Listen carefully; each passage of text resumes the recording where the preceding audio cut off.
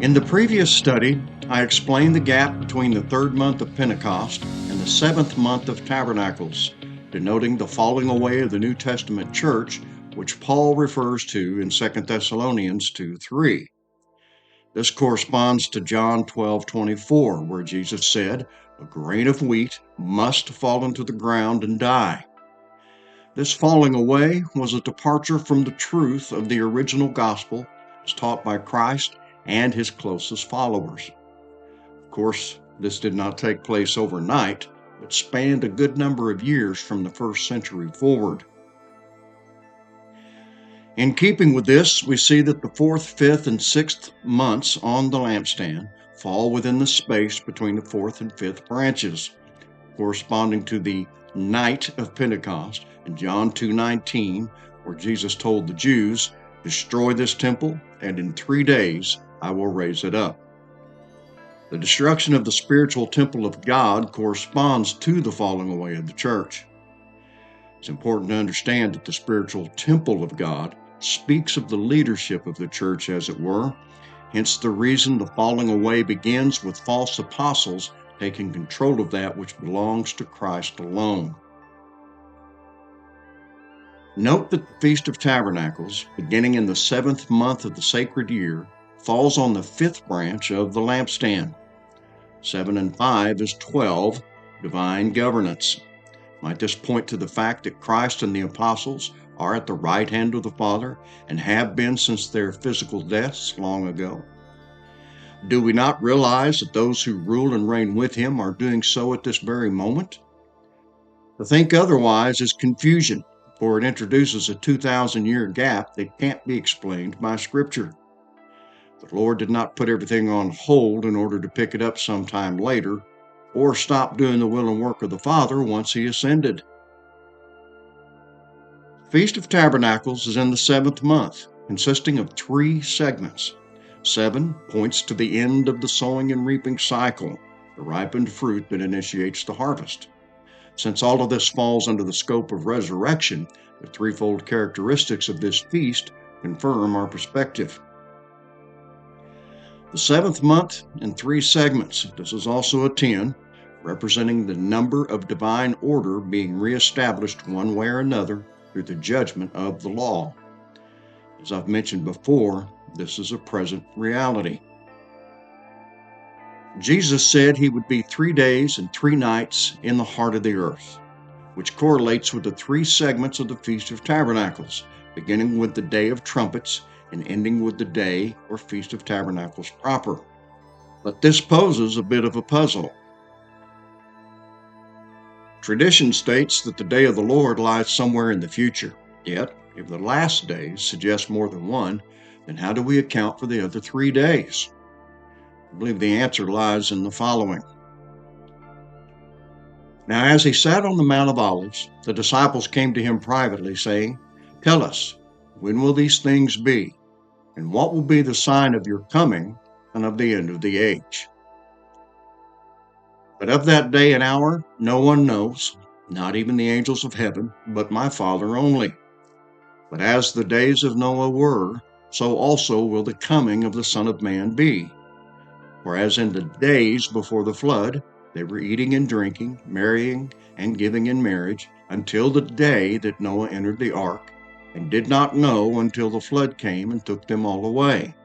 So also will the coming of the Son of Man be. There are several things to consider, so please be patient as I endeavor to explain. First point, when the disciples asked the Lord about the sign of his coming and end of the age, they were referring to his coming to them and the end of the age of law which they were presently under. Think about it. After all the years of teaching, would they not have possessed at least an initial idea of where things were heading? Next point, the word coming is the Greek transliteration meaning a being near. It's found just 24 times in the King James New Testament. This points to Revelation 4:4, where John sees 24 thrones and elders around the throne of God, clothed in white robes and crowns of gold on their heads. 24 is the number of priesthood, correlating with Matthew 19:28 and Revelation chapter 20, and stamping the Lord's coming as Son of Man as his dominion from the right hand of the Father with the overcomers. This is not a coming event, but a present reality, corresponding to the entire period of the last days we are passing through. Third point, note that the Lord is specific, describing his coming as Son of Man as the days, plural, of Noah, ending with the day, singular, that Noah entered the ark. This shows that the coming of the Son of Man incorporates all the days of the last days, while the final day is the great and awesome day of the Lord. This correlates with the 22nd day of the 7th month of the Feast of Tabernacles. When Jesus stated, "But of that day and hour no one knows," he was referring to the entire scope of the last days. It's my opinion that we have long since passed through the gap, falling away of the church. This means that the spiritual fulfillment of the Feast of Tabernacles has already begun. As we learned earlier in this series, the last days started with Pentecost and went forward from there. Following the day of Pentecost, we entered the night of the same, the falling away of the church and destruction of the temple. All of it in accordance with John 12:24 and the prophecies of Christ to the 7 churches. A day is made up of 24 hours, while a year, 12 months. So in the first, we have time, and in the second, seasons. In the first, we have priesthood, while in the second, divine governance.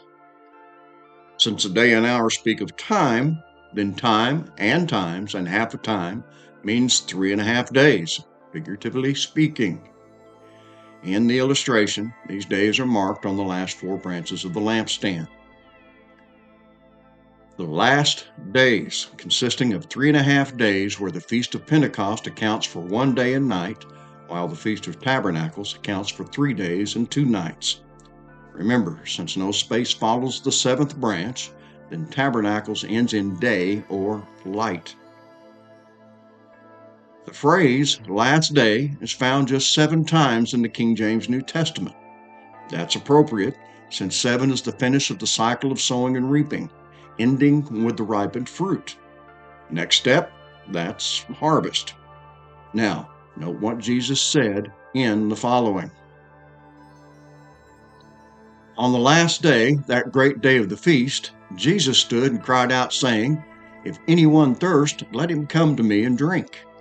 He who believes in me, as the scripture has said, out of his heart will flow rivers of living water." Friend, the last day here is the final day of the Feast of Tabernacles. Kevin J. Connor's book, The Feast of Israel. With the closing harvest of the year, the fruit harvest, gathered in, people of Israel were to set aside 7 days unto the Lord. From the 15th day unto the 21st day, there were to be 7 days of rejoicing before the Lord. They were to leave their houses and dwell in booths made of various trees and rejoice before the Lord their God. On the 1st and on the 8th day, there were to be extra Sabbath days or holy convocations. The whole feast pointed back to the first feast, Passover, because the Feast of Tabernacles was the consummation of that which began in the Feast of Passover. The Feast of Tabernacles proper began on the 15th day of the 7th month. This number denotes a new direction, connecting to the rest of God. In keeping with this, the 15th day was a Sabbath. The 7 days of rejoicing ended on the 21st day of the 7th month. This is 3 sevens, indicating a complete witness of spiritual perfection or resurrection. Immediately following the 21st day of the 7th month was another Sabbath or holy convocation, falling on the 22nd day of the 7th month. Again, from Stephen Jones. To write 22 in Hebrew, they wrote 2 Hebrew letters, Taf, Bet. These signify the open palm and the act of giving something to the house or household. It speaks of the fruitfulness mandate in Genesis 1:28, be fruitful and multiply. 22 is the number of sonship, or the sons of light. Tabernacles, celebrating the fruit harvest. 22, pointing to the fruitfulness mandate in Genesis 1:28. Be fruitful and multiply. Back to our old commandment, which we have had since the beginning. What did Jesus associate with the last day, that great day of the feast? Out of his heart will flow rivers of living water. Is this not indicative of sonship and fruitfulness? It is, and it brings us here. And he showed me a pure river of water of life, clear as crystal, proceeding from the throne of God and of the Lamb. In the middle of its street, and on either side of the river, was the tree of life, which bore 12 fruits, each tree yielding its fruit every month. The leaves of the tree were for the healing of the nations. A pure river of water of life, clear as crystal. Is this the rivers of living water Jesus spoke of? And from where does it flow? The throne of God and of the Lamb. Is his throne not our heart?